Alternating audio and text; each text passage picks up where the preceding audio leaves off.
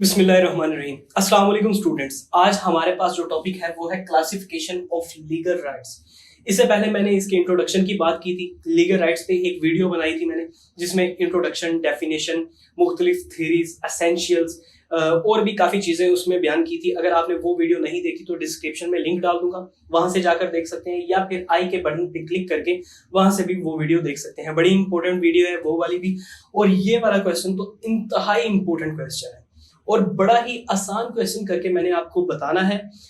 इस क्वेश्चन के बाद, इस वीडियो को देखने के बाद आपको किसी दूसरी वीडियो की या फिर किसी किताब की जरूरत नहीं पड़ेगी, क्योंकि हर एक राइट को एग्जाम्पल के साथ आसान करके बताने वाला हूं।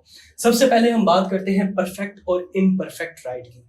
परफेक्ट राइट ऐसे राइट्स होते हैं जो आपके मुकम्मल राइट्स होते हैं। ये जो सारे राइट्स है ना, ये काफी हद तक ओवरलैप भी करेंगे, मतलब काफी हद तक कुछ राइट्स सेम भी मिलेंगे आपको, लेकिन थोड़ी बहुत माइनर सी चेंजिंग्स होंगी, वो आपने जहन में रख लेनी है। इनके मीनिंग से ही हम इनके जो राइट्स हैं, क्या इनका काम है, कैसे कैसे राइट्स दिए गए हैं, वो सब कुछ निकालेंगे और बड़ी ही सिंपल एग्जांपल्स के साथ। सबसे पहले जो परफेक्ट राइट है, ऐसे राइट्स होते हैं जिन्हें लॉ इन्फोर्स करवाता है। सबसे पहले लॉ इनेक्ट भी करता है और फिर इन्फोर्स भी करवाता है। मतलब रिकॉग्नाइज होते हैं। रिकॉग्नाइज का मतलब क्या होता है? ये लॉफुल होते हैं, मतलब लॉ से बने होते हैं, लॉ से वैलिड होते हैं और फिर लॉ इन्हें इन्फोर्स करवाता है। तो ये कौन से राइट हैं? जैसे कि मेरे पास राइट ऑफ प्राइवेसी है, तो ये लॉ इन्फोर्स करवाएगा। लेकिन कुछ इम्परफेक्ट राइट हैं जो कि लॉ से रिकॉग्नाइज तो होते हैं, मतलब वो लीगल राइट्स हैं, लेकिन उन्हें हम इन्फोर्स नहीं करवा सकते। कोर्ट्स में जाके कोई सूट फाइल नहीं कर सकते, कोई केस नहीं कर सकते। ऐसे राइट्स कौन से राइट्स हैं? जैसे कि मिसाल के तौर पर हमारे पास एक राइट आता है, राइट टू एजुकेशन। एक बेसिक राइट है, एक परफेक्ट राइट है। लेकिन अगर हम बात करें कि जाके हम उसे कोर्ट में सूट करते हैं कि मेरा फलां बच्चा है और उसको ये राइट ही नहीं मिला कि वो एजुकेशन हासिल करे, अगर उसके पास राइट है तो फलां कॉलेज जो है उसे एडमिशन नहीं दे रहा, तो हुकूमत पे जाके केस कर देते हैं। तो ऐसे जो राइट्स हैं उसमें जो लॉ है वो रिकॉग्नाइज्ड नहीं कर सकता, मतलब इन्फोर्स नहीं कर सकता, रिकॉग्नाइज कर सकता है, रिकॉग्नाइज कर सकता है, उन्हें बना सकता है ऐसे राइट्स को, लेकिन ऐसे राइट्स को कोर्ट में इन्फोर्स नहीं किया जा सकता। तो ये हैं परफेक्ट और इम्परफेक्ट राइट्स। उसके बाद positive and negative rights. Positive rights कौन से होते हैं? जो पॉजिटिव इम्पैक्ट डालते हैं, जो ऐसे राइट्स जो सारी सोसाइटी हमें देती है, कोई दूसरा जो है वो हमें प्रोवाइड करता है। मिसाल के तौर पर मेरे पास है राइट टू प्राइवेसी, मुझे प्राइवेसी का राइट है, तो अब बाकी की सारी सोसाइटी क्या करेगी? मुझे वो राइट प्रोवाइड करेगी, मुझे वो राइट देगी कि मैं अपनी प्राइवेसी को बरकरार रखूं। लेकिन वहीं पर एक नेगेटिव राइट भी है। अब नेगेटिव राइट है, जब मुझे पॉजिटिव राइट मिल गया है, उसके बाद पूरी सोसाइटी पर एक नेगेटिव राइट चला जाता है कि आप के फलां बंदे के पास ये राइट टू प्राइवेसी है। अब आपने उस राइट को रिफ्रेन नहीं करना, उसे इन्फ्रिंज नहीं करना, अब उस राइट को तोड़ना नहीं है, तो इसे हम कहते हैं नेगेटिव राइट। उसके बाद right in rem and personam. Rem कहते हैं होल वर्ल्ड, ऐसा राइट जो पूरी दुनिया के खिलाफ हम यूज कर सकते हैं। मिसाल के तौर पर ये मेरे हाथ में एक मार्कर है, ये मैं इसका ऑनर हूं, या फिर मेरी जेब में पैसे हैं, या फिर ये मेरा घर है, या फिर ये मेरा प्लॉट है, कुछ भी ऐसा जो आप जिसके ऑनर हो, तो आप पूरी दुनिया को चैलेंज कर सकते हैं, लो भाई ये मेरा घर है, तो आज मैं इसे यूज करने वाला हूं, मैं इसे तबाह करने वाला हूं, डिस्पोज करने वाला हूं, ट्रांसफर करने वाला हूं, कुछ भी करने वाला हूं, तो आप पूरी दुनिया को चैलेंज कर सकते हैं। उन्हें हम कहते हैं राइट्स इन रेम। और पर्सोनम क्या होते हैं? पर्सोनम होते हैं जो पर्सोनम समहाउ पर्सनल से निकला है। ऐसे राइट्स जो कि आप किसी फला कोई एक फिक्स्ड पर्सन जो है उसके खिलाफ यूज कर सकते हैं। मिसाल के तौर पर आपने एक ए बंदा है, उसके साथ एक कॉन्ट्रैक्ट कर लिया। अब जो आपने कॉन्ट्रैक्ट किया वो ए के साथ किया, अगर वो इसको इन्फ्रिंज करता है, इस कॉन्ट्रैक्ट को तोड़ देता है, तो फिर आप किसी बी पर जाकर ये इल्जाम नहीं लगा सकते कि भाई ए ने कॉन्ट्रैक्ट किया था, अब बी जो है उसका मुआवजा दे, उसका हर्जाना पे करे। तो ऐसा नहीं हो सकता। मिसाल के तौर पर एक और मिसाल देने की कोशिश करता हूँ कि आपने एक घर जो है वो रेंट पे दिया है। अब जो उस घर में रह रहा है, जो वहां पर बंदा मौजूद है, अब उस पे ये फर्ज है कि वो आपको पे करे, उसका रेंट पे करे। अब आप जाकर उसके रिलेटिव से जाकर रेंट लेने की कोशिश करेंगे तो वो आपको नहीं मिलेगा और ये एनफोर्सेबल भी नहीं है, तो इसे हम कहते हैं पर्सोनल। उसके बाद हमारे पास राइट आता है प्रोप्रिएटरी एंड पर्सनल राइट। काफी हद तक पर्सोनल पर्सनल दोनों सेम है, काफी हद तक, लेकिन थोड़ा सा डिफरेंस है, बताता हूँ। प्रोप्रिएटरी, प्रॉपर्टी से निकला है। प्रोप्रिएटरी में क्या होता है कि जो प्रॉपर्टी राइट्स होते हैं, मतलब मेरी कोई प्रॉपर्टी है तो मैं उसका ओनर हूं, मैं चाहूं उसे यूज करूं, चाहे उसे ट्रांसफर करूं, चाहे उसे डिस्पोज करूं, जो चाहूं करूं, तो ये मेरा प्रोप्रिएटरी राइट है। पर्सनल राइट क्या होता है? पर्सनल राइट होते हैं कि मेरी पॉकेट में पैसे हैं, जैसे मैंने ऊपर बात की उसी तरह मेरी पॉकेट में पैसे हैं, मैं उसका ओनर हूं। अब मैं चाहूं उसे अपने पास रखूं, मैं चाहूं किसी को दे दूं, मैं चाहूं जिस तरह से मर्जी यूज करूं, ये मेरा पर्सनल राइट है। उसके बाद हमारे पास आता है रीप्रोप्रिया एंड रीअलाइना। रीप्रोप्रिया, प्रॉपर्टी, प्रोप्रिया समझ आ रही है आपको? प्रोप्रिया प्रॉपर्टी से निकला है, और रीप्रोप्रिया मतलब री का मतलब होता है सेल परचेज, मतलब कोई प्रॉपर्टी जो है वो सेलर की प्रॉपर्टी है। मिसाल के तौर पर किसी प्रॉपर्टी पे मेरा जो हक है, मेरा जो पोजेशन है, उस पे कंट्रोल है। पोजेशन कहते हैं कंट्रोल, फिजिकल कंट्रोल को। ये भी बड़ा इंपॉर्टेंट क्वेश्चन है, अगर आपने इस पे वीडियो नहीं देखी तो बड़ी इंपॉर्टेंट वीडियो मैंने बनाई है, डिस्क्रिप्शन में लिंक डाल दूंगा, ये ऊपर आई के बटन में। तो जो मेरी प्रॉपर्टी है उस पे मेरा पोजेशन है, तो उसे हम कहते हैं रीप्रोप्रिया। मैं सेलर हूं, मेरी प्रॉपर्टी है, और मैं जिसे चाहूं उसे सेल कर सकता हूं। यहीं पे बात करते हैं रीअलाइना की। रीअलाइना अलाइनेशन से निकला है, जिसे ट्रांसफर करना, लेकिन ये डिपेंड करता है, आपकी प्रॉपर्टी नहीं है, किसी दूसरे बंदे की प्रॉपर्टी है। मिसाल के तौर पर आप रेंट पर एक कार ड्राइव कर रहे हैं, अगर आप उस कार को बेचना चाहते हैं तो आप नहीं बेच सकते, आपके पास सिर्फ लिमिटेड कंट्रोल है।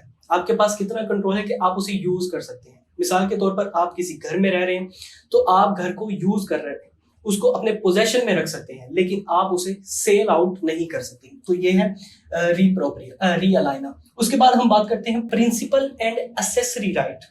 प्रिंसिपल होता है मेन, और एसेसरी होता है डिपेंड करना। प्रिंसिपल मेन मतलब कि कोई मेन आपके पास राइट है, फ्रीडम ऑफ स्पीच है, फ्रीडम टू लिव है, कोई भी फ्रीडम है या कोई प्रॉपर्टी है, कुछ भी है जो आपका राइट है, वो सबसे पहले प्रिंसिपल मेन राइट है। अब एसेसरी राइट जो है वो डिपेंड करते हैं। मिसाल के तौर पर एक बंदा है, मेरे पास एक गाड़ी है, और कोई बंदा है, उसके साथ मैं एक कॉन्ट्रैक्ट साइन करता हूँ कि 30 दिन में आप मेरी ये गाड़ी खरीद लो, मैं इतने पैसों में पे करूंगा और ये गाड़ी आपको दे दूंगा। अब एक कॉन्ट्रैक्ट साइन हो गया, उसके बाद 1 महीना गुजरता है, अब वो बंदा मेरे से वो कार वगैरह नहीं खरीदता, तो अब मेरे पास ये एसेसरी राइट है कि मैं जाके कोर्ट में केस फाइल करूं कि ये फला बंदे ने मेरे साथ कॉन्ट्रैक्ट किया था और अब ये कार खरीद नहीं रहा। ये ऐसा क्यों है? क्योंकि वो कार 1 महीना मेरे गैराज में बंद पड़ी रही। अगर मैं चाहता तो मैं उसे यूज कर सकता था, उससे फायदा उठा सकता था, लेकिन क्योंकि मैंने कॉन्ट्रैक्ट कर लिया था तो इस वजह से मैंने यूज नहीं किया, तो अब उस बंदे को कंपनसेट करना पड़ेगा। इस वजह से ये हमारे पास ये राइट है। उसके बाद legal and equitable right. Legal right और इक्विटेबल, ये दोनों ही लॉज हैं, दोनों में फर्क है। ये लीगल जो लॉ इन्फोर्स करवाता है, जैसे तमाम ये जो सारे लीगल राइट्स हैं ये लीगल हैं। और उसके बाद इक्विटेबल होता है जो मोरालिटी से होता है, जो जस्टिस से होता है, जो फेयरनेस से होता है। मिसाल के तौर पर मेरे घर में एक बहुत बड़ा दरख्त है, तो अब जो सनलाइट है, सूरज की रोशनी, वो उस पर पड़ती है तो उस पर बड़े ही खूबसूरत फूल खिलते हैं। अब जब फूल खिलते हैं तो वो सनलाइट से खिलते हैं। अब क्या करते हैं, मेरा हमसाया आता है और वो आगे कोई बाड़ लगा देता है, अपने घर में बहुत बड़ी कोई बाड़ लगा देता है, जिससे जो सनलाइट है वो कवर हो जाती है। तो अब मेरा जो दरख्त है उस पर रोशनी नहीं पड़ रही, तो मेरे फूल नहीं खिल रहे, मुझे नुकसान हो रहा है। तो अब लीगल राइट क्या कहता है? लीगल राइट कहता है कि भाई उसका घर है, वो जो चाहे उसकी प्रॉपर्टी है वो कर सकता है। लेकिन इक्विटेबल यहाँ पर ये नहीं कहता। इक्विटेबल कहता है कि हमें जस्टिस प्रोवाइड करना है, हमें फेयरनेस करनी है, हमें मोरल वैल्यूज का ख्याल करना है। तो कोर्ट ऑफ चांसरी में जब ये जाएगा केस, तो उसके बाद कोर्ट ऑफ चांसरी क्या कहेगी कि आप उसे थोड़ा बहुत मोल्ड कर लें, थोड़ा सा चेंज कर लें कि आपके हमसाये को भी उसकी रोशनी पहुंच सके। तो ये होते हैं इक्विटेबल। उसके बाद हम बात करते हैं primary and sanctioning right. Primary main right, पहला राइट या फर्स्ट राइट, सैंक्शनिंग दूसरे नंबर का, सेकेंडरी राइट। मिसाल के तौर पर आप किसी रेस्टोरेंट में गए, आप में और वेटर में एक कॉन्ट्रैक्ट साइन हो जाता है, मतलब साइन तो नहीं होता, एक ओरली कॉन्ट्रैक्ट बन जाता है। इसी तरह आप किसी शॉपकीपर के पास जाते हैं तो आप वहां से किसी स्टोर से आपने कोई चीज खरीदनी है तो वहां पर ओरली एक कॉन्ट्रैक्ट बन जाता है आप में और शॉपकीपर में यानी सेलर में। तो मिसाल के तौर पर आपको वहां पर कोई साबुन पसंद आ जाता है, अगर वो साबुन आप लेना चाहते हैं तो आपका प्राइमरी राइट है कि वो साबुन आप लें। यहाँ पर जो सैंक्शनिंग राइट है या सेकेंडरी राइट है वो सेलर का है कि वो आपसे पैसे ले। तो इस तरह से ये दोनों राइट है। उसके बाद vested and contingent right. Vested का मतलब होता है कंफर्म्ड, कोई ऐसे राइट्स जो कंफर्म हो चुके हैं। मिसाल के तौर पर आप किसी ऐसी कंपनी में जॉब करते हैं जहां की पॉलिसी है कि अगर कोई बंदा वहां पर 10 साल जॉब करेगा तो उसको पेंशन मिलना शुरू हो जाएगी और वो चाहे वो फोर्थ हो जाए, डेथ हो जाए उसकी, तब भी उसे मिलती रहेगी। तो ये एक वेस्टेड है, कंफर्म है, चाहे वो मर भी जाए तो उसे अब मिलनी ही मिलनी है अगर उसने 10 साल अपने मुकम्मल कर लिए हैं, कंफर्म्ड। लेकिन यहाँ पे कॉन्टिंजेंट जो है ये डिपेंडेबल है, ये डिपेंड करता है सर्कमस्टांसिस, फ्यूचर क्या होगा इस पर। मिसाल के तौर पर आपका कोई रिलेटिव है, उसने आपको कोई प्रॉपर्टी देनी है तो वो क्या करता है, इनहेरिटेंस में लिखवा देता है कि मेरा फला जो भतीजा है, भांजा है, जो कुछ भी है, उसे मेरे मरने के बाद ये प्रॉपर्टी चली जाए, ये प्रॉपर्टी ट्रांसफर हो जाए। तो ये प्रॉपर्टी अब तब ट्रांसफर होगी जब वो जो रिलेटिव है वो मर जाए और जिसे ट्रांसफर होनी है वो जिंदा रहे। मतलब डिपेंड कर रहा है, वो मरे और दूसरा बंदा जिंदा रहे तो डिपेंड कर रहा है। तो जो डिपेंडेबल होते हैं उन्हें हम कहते हैं कॉन्टिंजेंट राइट्स। इसी तरह आगे हम बात करते हैं इनहेरिटेबल एंड अनइनहेरिटेबल। इनहेरिटेबल जो इनहेरिटेंस में चली जाती है, कोई प्रॉपर्टी ट्रांसफर होगी बाप के बाद बेटे को, सिंपल इनहेरिटेबल। और अनइनहेरिटेबल ऐसे राइट्स जो ट्रांसफर नहीं हो सकते।